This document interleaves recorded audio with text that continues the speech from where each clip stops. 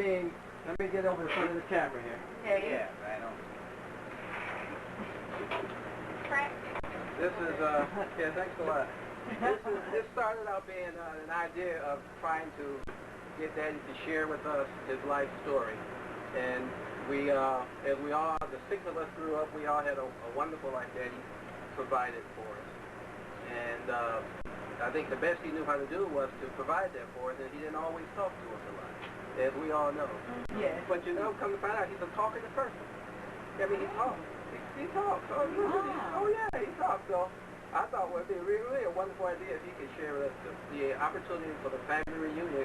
Gave me the idea, well, let's get all the Perkins together, and let's hear what Daddy has to say about the family. And I long to hear about his relatives, his family, his upbringing, and all sorts of things. So Daddy's been, he said he's been making notes. I don't see no notes here. I don't know how them notes would have worked out for him. Oh, so you told me a tale, did you? I started some notes, but I don't know if I want to go by them. Okay. That's what happened. I put out some notes, all right. All right. Yeah. All right. Okay, you gotta make reference. Indeed, if I get in trouble, I could. Okay. And what I want to make sure is that we get as many, I mean, part of this is like the African folklore, whether it's the tales or the family history is passed on by word of mouth and all of that. And well, I would like to have as many facts and points as we can. And if I am recording this, and everybody get a copy of it also, but I'm recording it, so I want to make sure we get all as much fun and life and spirit, the spirit of things, facts as well. And and then I think it can be, it's not really formal, it can be informal. You know, we've got a couple hours, and I provided a schedule, and that was just as a guide. So what we are planning to do is have the family talk, or the Daddy's life story, the first part, and then at some point I wanted to have just the Perkins, the 6 Perkins siblings have a family discussion. And then after that we talked about maybe have a lunch, and we can do that, or we can decide not to do that. I've got fruit, I've got donuts and stuff upstairs, juices, bottled water upstairs. We can play it by ear, and then we want to go to 5015 Middlebelt and take some pictures on Middlebelt, where we all remember that. And we probably might stop by and see some of the neighbors. I don't know, it's up to Dan. He can play it by ear. You know, he likes to show us off a little bit. And this is the time for him to show us off and for him to be proud of us. But he's got something to be proud for. Yeah. And then after that, we plan to go to the cemetery. There, and Angie worked on the marker, and I think that's in place, right? We're going to go to the cemetery, which is down on Middlebelt, and I think that was it. And the other ideas we can certainly entertain. Stevie talked about having Uncle Ellick and Aunt Chicken come by or something, or go by and see them, but I don't know how we can do all that in such a short notice. But it's really intended to be a really loving time every day, and hopefully, you know, share and spend much time as possible. So with that said, I'm going to let Daddy talk, and we can ask questions too. So it's really informal. You know, let's just open their hearts and the spirit to life, and be all very thankful for what we are. Thank you very much, Dad. Thank you so kindly, young fellow.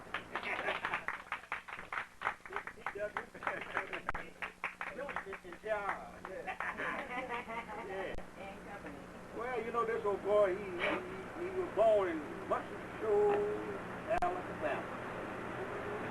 Matter of fact, it was a Muscle City, Alabama. It was a little town, a big town. Well, it was a small town. But it still was a city at that time. I don't understand how a small town could be a city. Because you have to have so many population, so many people to make a city. But at that time, it was a city. Ever since I've been on there before I was born, it was a city. Muscle City, Alabama. And no zip code at that time, but now I think it's 35. And I was born on a Saturday. And that was April the 4th, 1921. Do you know what time? I don't know the time was exact, but I think it was Saturday night. How about that? My mother was Tony Perkins, My father was William Blake Perkins. How about that? William Blake. I used to share that William Blake community.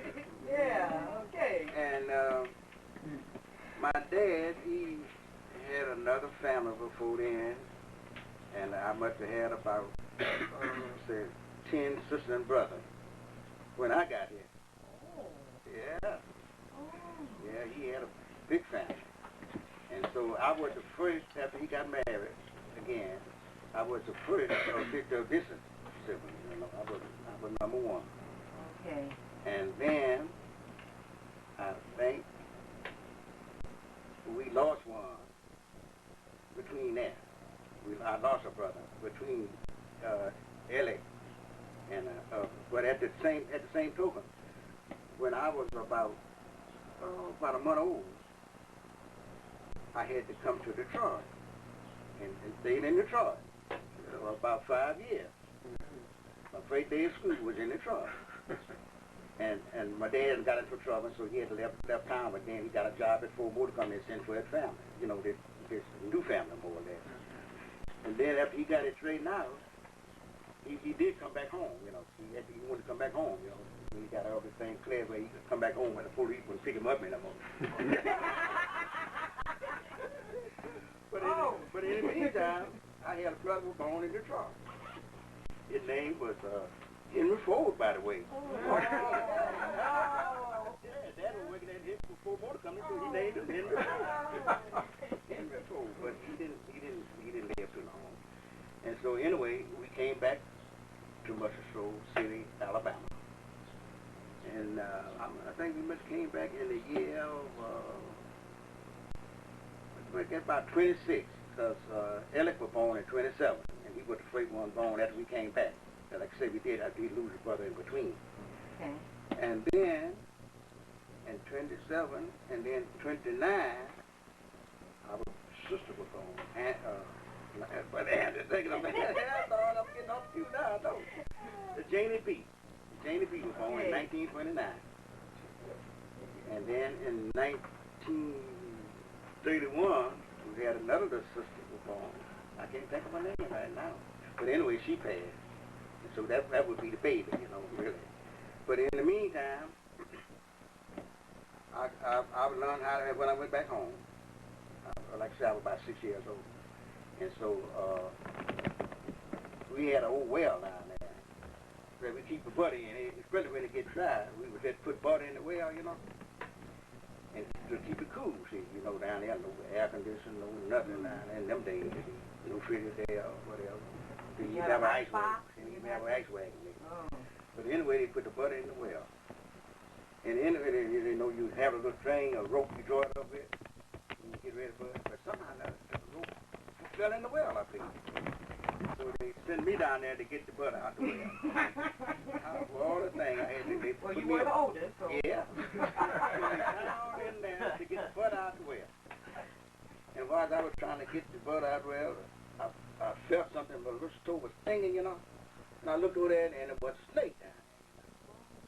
He had done bit me because that was a little stinging there. And I looked, and he like he was getting ready to come back again. I could see him moving. And I hollered, and he jumped back, see. And it was they thought it was a dry water. Oh, no, it wasn't a dry water. It was a water monster. And pretty good size. He was a big boy. The water monster, we had this snake. And so I hollered, and they put me right up, see. And so I one of my brother, older brother, from, you know, my head brother, Jack, he went and got the gun. And he went down and they shot those snakes. And so they brought him up, and he was a book. Big and round. And so Daddy got a chicken and cut it right in half and put it right over there, place where he bit. But they got a little knife first, and kind of cut it in there a little bit. They put that chicken over there. Got to make it go to the top. Wow. Never put it back. And that, it is a poison snake. It's a poisonous snake. Then you go to the top. Wow. Right there. I thought they cut you and suck it, spit it out. He didn't suck it. He did cut it and scream. I heard the story about the snake bite, but I thought that your father got bit by a snake. Yeah, that made a note of it. Now that's the way I got it. Don't jump the gun on. Yeah, I don't mind you look a little bit, but don't jump the gun on. I got bit by the snake. I got the mark there already. I look at it once in a while. I look at it once in a while. But then that Chevy, though, I learned how to drive about 9 years old. But a little 8 miles old that we had. Daddy had a car. He traded my car and couldn't drive a lick. He could drive a team of mules, but he couldn't drive a he traded by the mules. And then I learned how to drive, and so I was the driver, you know. In the school quarterback, go to school, go to store to get, you know, not too much to go to store to get whatever we needed. And I would drive downtown to the store, maybe. I could drive the car to the church. And I learned how to drive at 9 years old. So I've been in love with driving for a long time. And a love for cars. I wonder where you got that from. I know where you got it. Yeah, now we know where you got that car love from. And so anyway, my dad later on, about a couple of years after I got snake bit or more, he got snake bit. He was out in the hog pen or something, and he picked up a piece of lumber there or something, a 2x4 maybe. He picked it up, and when he picked it up, a snake bit it. Bit him on kind of on the arm like this thing. And it was a rattlesnake. He still didn't go to the doctor. Doctor mentioned that. But he lived about 5 years after that, or 3 years anyway, after he got this snake. But it became that it was something similar to that he found out, you know. Oh, so he didn't think to cut it and eat it and do the chicken and... No, yeah, he did some of this, but that rattlesnake, I think they... A little bit more poisonous than that. Yeah, but he lived a couple of years after that. But the repercussions behind it. And I think my dad was about 14 years. I was about 14 years old when my dad passed. And just about that time, I was going to church some, you know. I had to walk 3 miles. The church, the school and church ought to be together at them things. And so I had to walk 3 miles to school one way. And I go to church, and actually it wasn't the same difference, but they were side by side, really. The church and the school side by side. And at that time, I was going to church, and we had what you call a morning face in. And I was going to morning face, and, you know, God bless you, religion more or less. You know, I stayed on that thing. I wasn't going to move until I felt something that, you know, I didn't supposed to feel something to get up and confess or something. I stayed there for 3 years because I didn't feel something and I wouldn't get out. And finally, that 3rd year, boy, something hit me and I got up, boy, and I was on the move. I don't remember nothing. You know, when I know anything, I was up in the pulpit. And, oh, thank you, Jesus, praise the Lord, or whatever. I did the pulpit. And I thought that was the way you're supposed to go. And I believe that I really been born again because I felt something, you know, when I left that morning thing. And everybody said that you might be a preacher someone day. When I recovered myself, I was up in the pulpit stand, you know. But that ain't happened so far. but I am, you know, I believe I'm a born Christian, saved, that's for sure. All right. And so after that, about 14, actually my father passed when I was 14, and about 16, I did get to change. I had a brother already in Michigan, and my mother, we were living together with our 3 kids then, and so he wanted to send for his mother to come to the trial. And so when he sent for her, I got a way to go too. And so we come to Angster, Michigan. We have a truck, but we came to Angster, Michigan. I had an uncle and a brother here, see. And so we got to Angster, Michigan, and about, I was 16 years old. And then after that, I went to CC camp up in Biden, Michigan. What's CC camp? CC camp, that's something like, I don't know, it may be a army training, most of training for the army. You know, where you go in there, young kids could go, and you get $1 a day, I think. And you could save, you could keep about $9 a month. But you had to send the rest to your parents. They would keep the rest of it, but you could have $9 a month. Oh, so you lived there? And CC camp. Yeah, because CC camp, something like that. kind of conservation. Civil service, something like that, yeah. And I stayed up there. I stayed at CC camp for a couple of years. But then they were going to dress me into the Army. And I didn't want to go to the Army. I'm a coward, you know. I said, boy, you got to go in there and get shot at, you know. Doesn't sound like a coward to me. Get shot at. Get killed or whatever, you know. Yeah. You got to dig them pictures. I've heard about the Army, you know. You got to live in a foxhole. I said, boy, I don't want to go to the Army. And they said, well, we're gonna put you in the Army and let you volunteer for some service in any branch that you want to. I said, okay, then I'll volunteer for the Coast Guard. You know, I've heard the Coast Guard easy, you know. You have to stay around water, stay around home. I thought it was really good living, you know. But when the war started, you know, it wasn't so easy because you were just out there like some other people. But anyway, I did join the Coast Guard in 1941 on April the 29th. I guess ring a bell with something. Not April, but May the 29th. May 29th. I joined, right down in Detroit. I went and joined. He told me about volunteer, you know, I could go to the branch that I wanted to. So I shoot the Coast Guard. And I went in there and went down there and they sent me all the way to Sweetport, Louisiana. And so we was in a bunch of guys, you know, most of them about 3 colors in there, I think. We went down from Detroit to Louisiana, and about a dozen whites, I think. And so when we got up the train, you know, I would go to the train station and sit down with the other guys, you know, the white guy, one of them was in charge, you know. And so when we got ready to go in, somebody stopped me, you know, and said, hey, you can't go in there. I said, what you mean I can't go in there? I said, I'm got to keep up with my leader, you know. He said, no. He said, the color folks go over here on this side. I said, what? And so he just kept on going in, you know, and he didn't know that they had to stop me and send me to another location, you know. And so later on, he was going to look for me when we got ready to go to the camp, you know. And he couldn't find me, and he just tried to find 3 of us, you know. And when he did find me, he said, what you doing over here? I said, man, they put me over there, but let me keep up with you guys. And he was so angry, he didn't know what to do, you know. He didn't understand that. I didn't understand. That's why we had got to go over to another location. But we got your white, we got your color. And so anyway, we were in Shreveport, and I taken all my training there. They shipped me all the way to New York. From there, after I got my basic training. And that was in, like I said, in May, when I went in 1941. And the war started, what, in December? December 7th. December the 7th in 1941.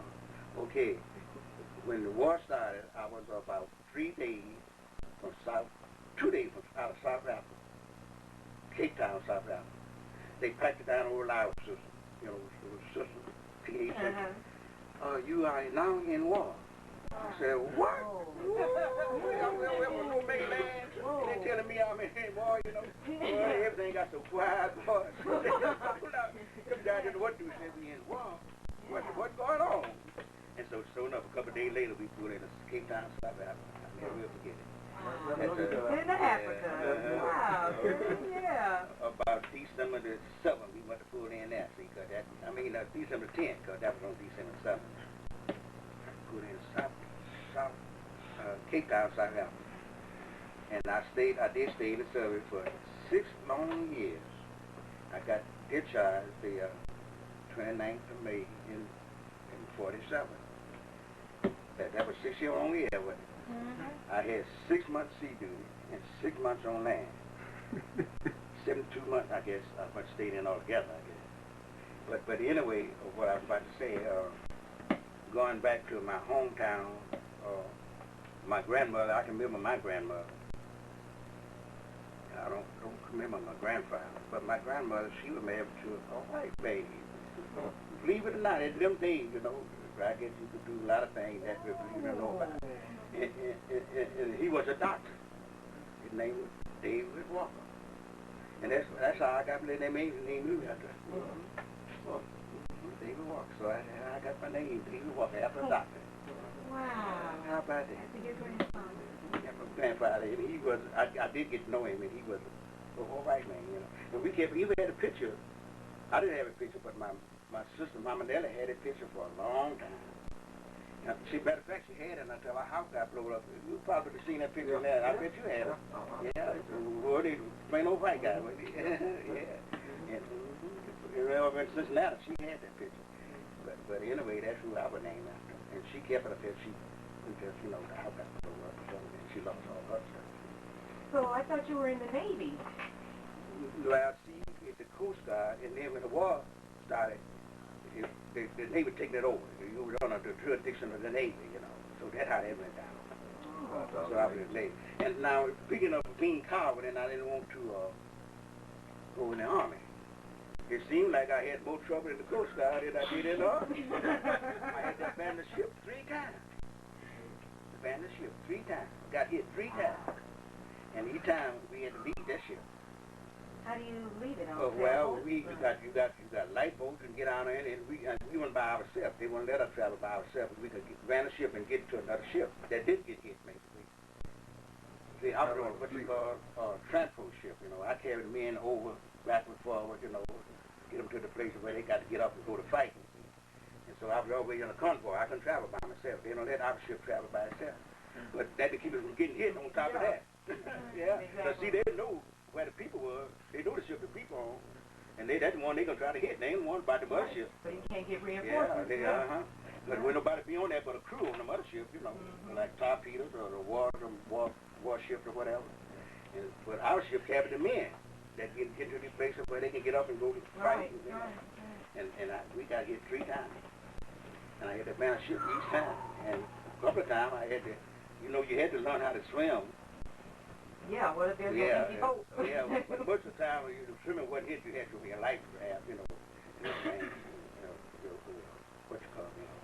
That helped to keep you up some.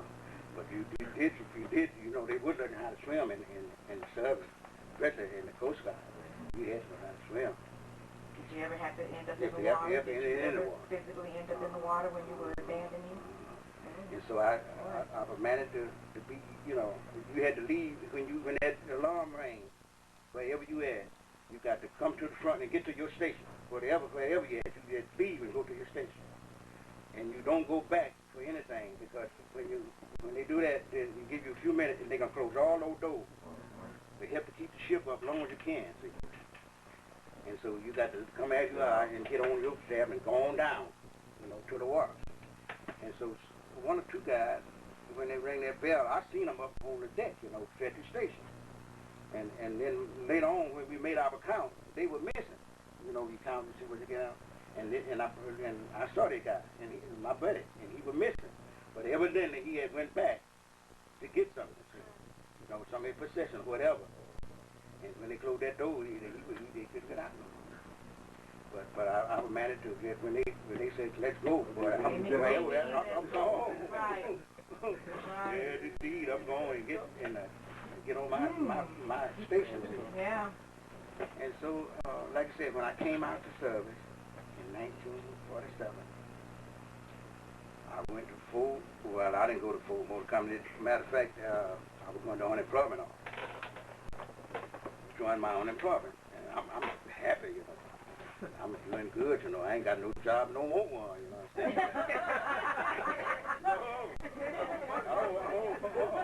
I don't want no job. I'm going to give them up. I don't know what I'm getting, but at them days, you know, it was good money, whatever it was. And so I had to save up a lot of water and everything, so I'm going to buy me a car, you know. In 1940, I had to come out of service. In 1947,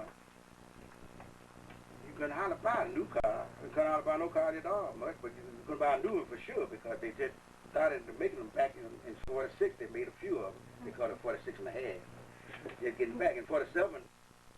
They were starting to make them in 47, but they were so far behind. You know, everybody wanted a car made.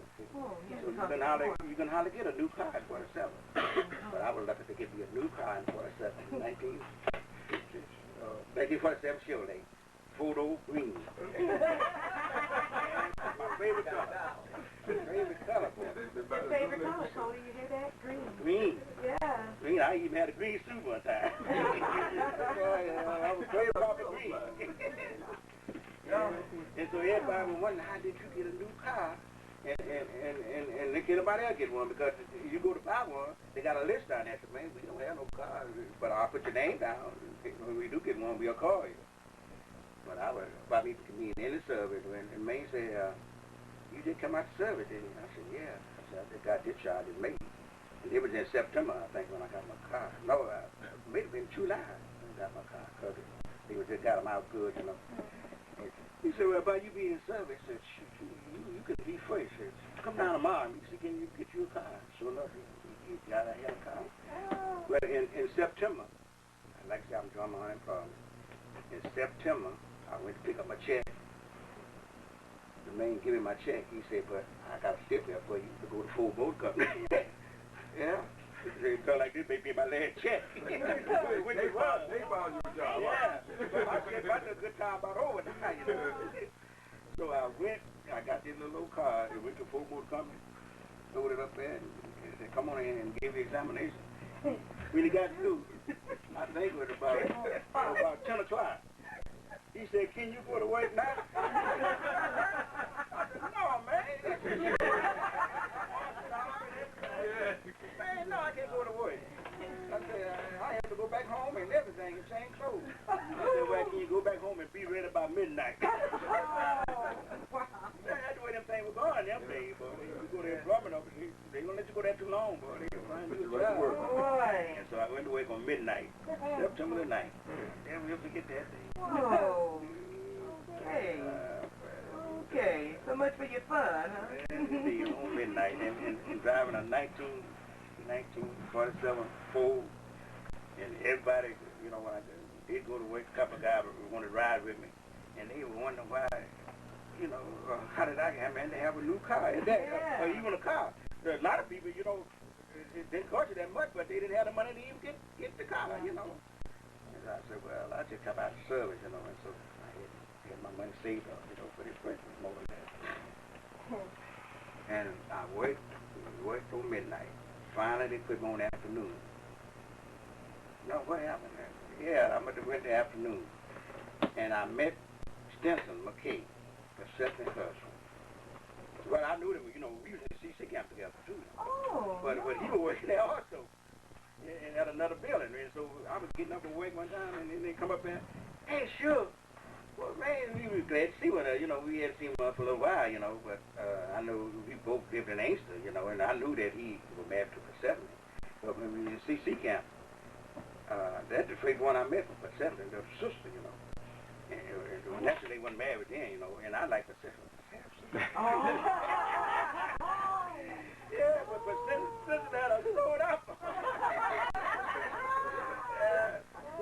But getting back to people after we come out the gate there, and he said, "Sure, what you doing?" I said, "Man, you know, I live on 8 Mile Road. See, I was at the time I lived on 8 Mile Road at the time." He said, "Well, why don't you come out one evening and meet my sister-in-law sometime? You know, you ain't doing nothing." I said, "Oh yeah, man, I'll be glad to." I'll be glad to meet her, you know. So enough, one evening one afternoon, you know, after we got through overwork and everything, I went out and meet his sister-in-law, you know. I didn't know her. I knew Persephone, like I said, I knew her before I went in the service. I knew Persephone, see. But I didn't know none of the other sisters. I know another one. Ain't that something? That's some all the girls. That's the only one that you... Right. Yeah. Exactly. Yeah. The other seven, I didn't know nothing about. Anyway, we come out and sure enough, he take me over there and I met Callan, you found Perkins. So that's how I got started. I had to give Sisson for that, you know. I had to give him credit for that, boy. That's how Okay. And so in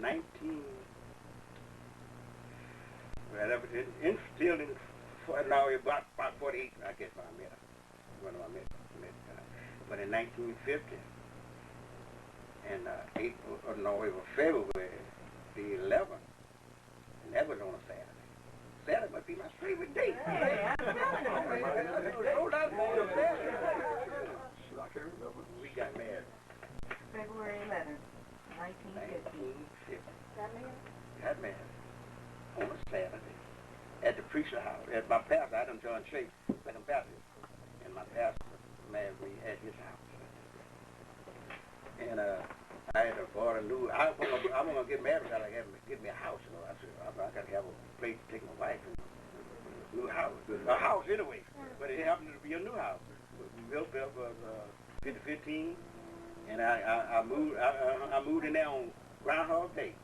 Wait a second, I moved in my new house and got married on February 11th. And I thought that was nice, and I said I would never, you know, I didn't want to. I mean, that was my idea, to marry and have a home to take my wife. And soon enough, I had a little wife. You ain't gonna think like that. 15. Now, did Mom know you had bought this house? Not until after I proposed to her and told her. See, after I proposed to her, told her, and then So you figured you had it wrapped up. Yeah.